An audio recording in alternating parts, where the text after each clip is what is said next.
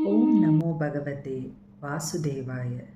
Today we will see Canto 1, Chapter 4 of Bhagavatam with the title The Appearance of Sri Narada. In the previous chapter, we saw that Suta Muni heard Bhagavatam from sage Shuka when he narrated Bhagavatam to King Parikshit on the banks of the holy river Ganga. So Suta Muni told the sages of Naimisharanya that he will also narrate Bhagavatam from what he has heard and understood from sage Shuka. So Shaunaka Muni, who was a very senior sage and very learned, was very excited when he heard that Suta Muni was going to narrate Bhagavatam, and that too from what he had heard from sage Shuka, and he addressed Suta Muni as Mahabhaga, meaning the most fortunate person. And he asked Suta Muni few questions like, in which period and place did Bhagavatam originate? And why was this work taken up by Veda Vyasa, and what inspired him to write Bhagavatam? How did sage Shukracharya, who was such a Brahmagnani, how did he recite Bhagavatam to King Parikshit?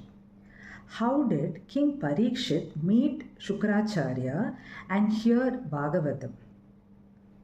Also, was Shuka recognized by the citizens of Hastinapura when he entered, where he was walking around like a very ignorant person? And why did King Parikshit, being such a great emperor, abandon everything and listen to Bhagavatam on the banks of the holy river Ganga? Suta Muni started to answer the questions asked by Shaunaka Muni.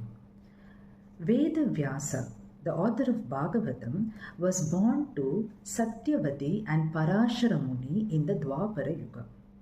So one day, after sage Veda Vyasa had his bath in river Saraswati, he sat on the banks of river Saraswati and he started meditating when he saw the ill effects of Kali Yuga. He was so shocked to see the ill effects of Kali Yuga, where the people would lack physical strength, because of which he divided the Vedas into four, like the Rig, Yajur, Sama and the Atharva Veda, and passed it to his four disciples. Roma Harshana, the father of Suta Muni, was given the Puranas and the historical records. And for those people who could not access the Vedas, he composed the Mahabharata. But in spite of composing such great works, he felt very unhappy and restless inside. So after thinking for a long time, he felt that maybe it was because he didn't focus on the devotional service of the Lord, but he was not sure about it. That was the point when sage Narada, under the instruction of the Lord, came to meet Veda Vyasa, and he came there to guide Veda Vyasa and to calm his mind. How Narada Muni guided Veda Vyasa to write Bhagavatam, we will see in the next chapter, Canto 1, Chapter 5. Thank you.